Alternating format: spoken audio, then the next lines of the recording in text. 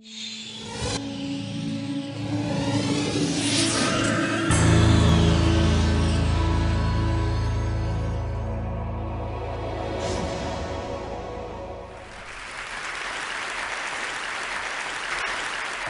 to talk about the wonder and the mystery of conscious minds. The wonder is about the fact that we all woke up this morning and we had with it the amazing return of our conscious mind. We recovered minds with a complete sense of self and a complete sense of our own existence. And we hardly ever pause to consider this wonder. We should, in fact, because without having this possibility of conscious minds, we would have no knowledge whatsoever about our humanity. We would have no knowledge whatsoever about the world. We would have no pains, but also no joys. We would have no access to love or to the ability to create. And of course, Scott Fitzgerald said famously that he who invented consciousness would have a lot to be blamed for, but he also forgot that without consciousness you would have no access to true happiness and even to the possibility of transcendence. So much for the wonder. Now for the mystery. This is a mystery that has really been extremely hard to elucidate, all the way back into early philosophy and certainly throughout the history of neuroscience. This has been one mystery that has always resisted elucidation, has caused major controversies, and there are actually many people that think that we should not even touch it, we should just leave it alone, it's not to be solved. I don't believe that, and I think the situation is changing. It would be ridiculous to claim that we know how we make consciousness in our brains, but we certainly can begin to approach the question, and we can begin to see the shape of a solution. And one more wonder to celebrate is the fact that we have imaging technologies that now allow us to go inside the human brain and be able to do, for example, what you're seeing right now. These are images that come from Damasio's lab and which show you in a living brain the reconstruction of that brain. And this is a person who is alive. This is not a person that is being studied at autopsy. And even more, and this is something that one can be really amazed about, is what I'm going to show you next, which is going underneath the surface of the brain and actually looking in the living brain at real connections, real pathways. So all of those colored lines correspond to bunches of axons, the fibers that join cell bodies to synapses, and I'm sorry to disappoint you, they don't come in color, but at any rate, they are there. The colors are codes for the direction, for whether it is back to front or vice versa. At any rate, what is consciousness? What is a conscious mind? And we could take a very simple view and say, well, it is that which we lose when we fall into deep sleep without dreams, or when we go under anesthesia, and it is what we regain when we recover from sleep or from anesthesia. But what is exactly that stuff that we lose under anesthesia or when we are in deep dreamless sleep?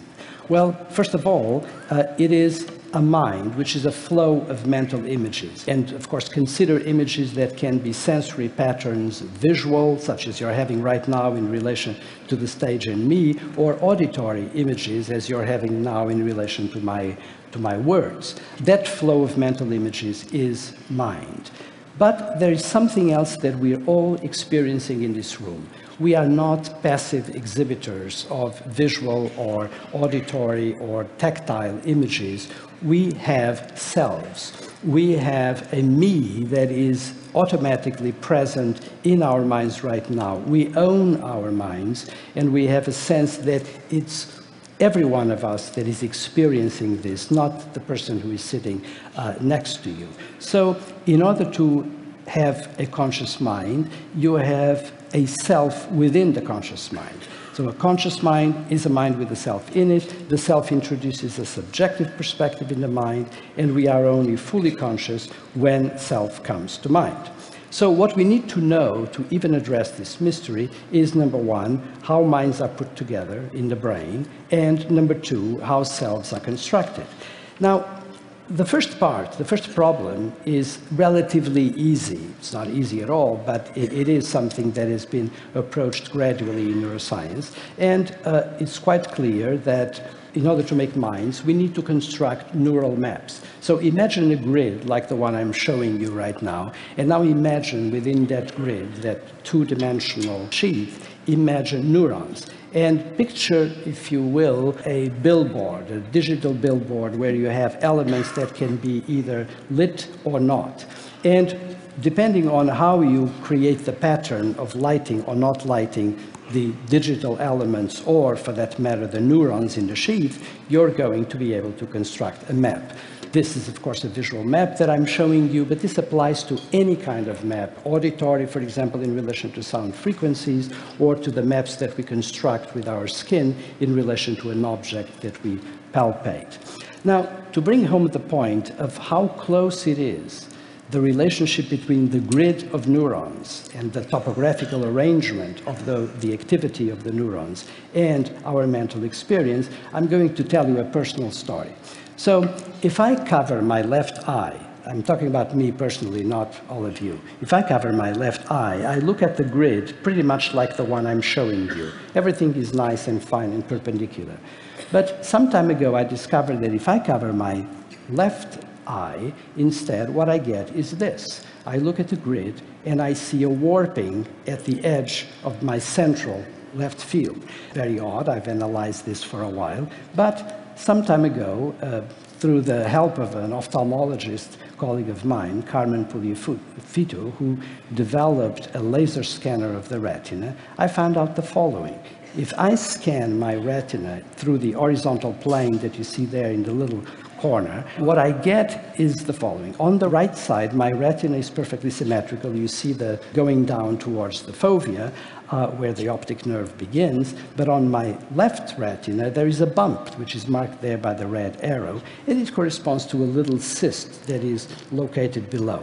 And that is exactly what causes the warping of my visual image. So just think of this. You have a grid of neurons, and now you have a plain mechanical change in the position of the grid, and you get a warping of your mental experience. So this is how close your mental experience and the activity of the neurons in the retina, which is a part of the brain located in the eyeball, or for that matter, a sheath of visual cortex. So from the retina, you go on to visual cortex, and of course the brain adds on a lot of information to what is going on in the signals that come from the retina. And in that image there, you see a variety of islands of what I call image-making regions in the brain. You have the green, for example, that corresponds to tactile information, or the blue that corresponds to auditory information. And something else that happens is that those image-making regions, where you have the plotting of all these neural maps, can then provide signals to this ocean of purple that you see around, which is association cortex, where you can make records of what went on in those islands of image making. And the great beauty is that you can then go from memory out of those association cortices and produce back images in the very same regions that had perception. So think about how wonderfully convenient and lazy the brain is. So it provides certain areas for perception and image making, and those are exactly the same that are going to be used for image making when we recall information. So far, the mystery of the conscious mind is diminishing a little bit because we have a general sense of how we make these images. But what about the self? The self is really the elusive problem. And for a long time, people did not even want to touch it, and because they say, how can you have this sort of reference point, this stability that is required to maintain the continuity of selves day after day? And I thought about a solution to this problem is the following. We generate brain maps of the body's interior and use them as the reference for all other maps. So let me tell you just a little bit about how I came to this. I came to this because if you're going to have a reference that we know as self, the me, the I in our own processing, we need to have something that is stable, something that does not deviate much from day to day. Well, it so happens that we have a singular body. We have one body, not two, not three, and so that is a beginning. There is just one reference point, which is the body. But then, of course, the body has many parts, and things grow at different rates, and they have different sizes in different people. However, not so with the interior. The things that have to do with what is known as our internal milieu, for example, the whole management of the chemistries within our body, are in fact extremely maintained day after day for one very good reason. If you deviate too much in the parameters that are close to the midline of that life-permitting survival range, you go into disease or death. So we have an inbuilt system within our own lives that ensures some kind of continuity. I like to call it an almost infinite sameness from day to day. Because if you don't have that sameness physiologically, you're going to be sick or you're going to die. So that's one more element for this continuity.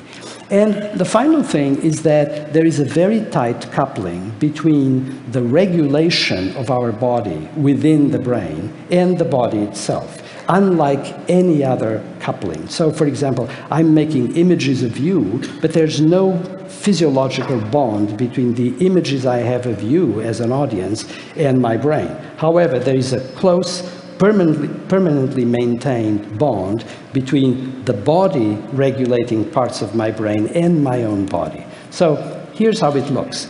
Look at the region there. There is the brainstem in between the cerebral cortex and the spinal cord. And it is within that region that I'm going to highlight now that we have this housing of all the life regulation devices of a body. This is so specific that, for example, if you look at the part that is colored in red in the upper part of the brainstem, if you damage that as a result of a stroke, for example, what you get is coma or vegetative state, which is a state, of course, in which your mind disappears, your consciousness disappears. What happens then actually is that you lose the grounding of the self, you have no longer access to any feeling of your own existence, and in fact there can be images going on, being formed in the cerebral cortex, except you don't know they're there. You have in effect lost consciousness when you have damage to that red section of the brainstem. But if you consider the green part of the brainstem, nothing like that happens. It is that specific. So in that green component of the brainstem, if you damage it, and often it happens, what you get is complete paralysis, but your conscious mind is maintained. You feel, you know, you have a fully conscious mind that you can report very indirectly. This is a horrific condition, you don't want to see it, and people are in fact imprisoned within their own bodies, but they do have a mind. There was a very interesting film, one of the rare good films done about a situation like this, by Julian Schnabel some years ago, about a patient that was in that condition. So now I'm going to show you a picture. I promise not to say anything about this, except this is to frighten you. It's just to tell you that in that red section of the brainstem, there are, to make it simple, all those little squares that correspond to modules that actually make brain maps of different aspects of our interior, different aspects of our body. They are exquisitely topographic, and they are exquisitely interconnected in a recursive pattern. And it is out of this, and out of this tight coupling between the brainstem and the body, that I believe, and I could be wrong, but I don't think I am, that you generate this mapping of the body that provides the grounding for the self, and that comes in the form of feelings. Primordial feelings, by the way. So what is the picture that we get here?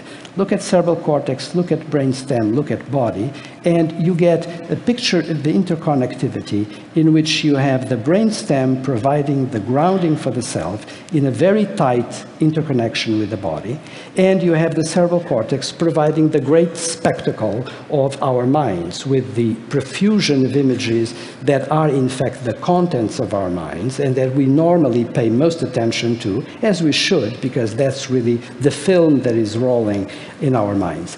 But look at the arrows that are not there for looks. They're there because there's this very close interaction. You cannot have a conscious mind if you don't have the interaction between cerebral cortex and brainstem. You cannot have a conscious mind if you don't have the interaction between the brainstem and the body. Another thing that is interesting is that the brainstem that we have is shared with a variety of other species. So throughout vertebrates, the design of the brainstem is very similar to ours, which is one of the reasons why I think those other species have conscious minds like we do, except that they're not as rich as ours because they don't have a cerebral cortex like we do. That's where the difference is, and I strongly disagree with the idea that consciousness should be considered as the great product of the cerebral cortex. Only the wealth of our minds is, not the very fact that we have a self that we can refer to our own existence and that we have any sense of a person. Now, there are three levels of self to consider: the proto, the core, and the autobiographical. The first two are shared with many, many other species, and they are really coming out largely of the brainstem and whatever there is of cortex in those species.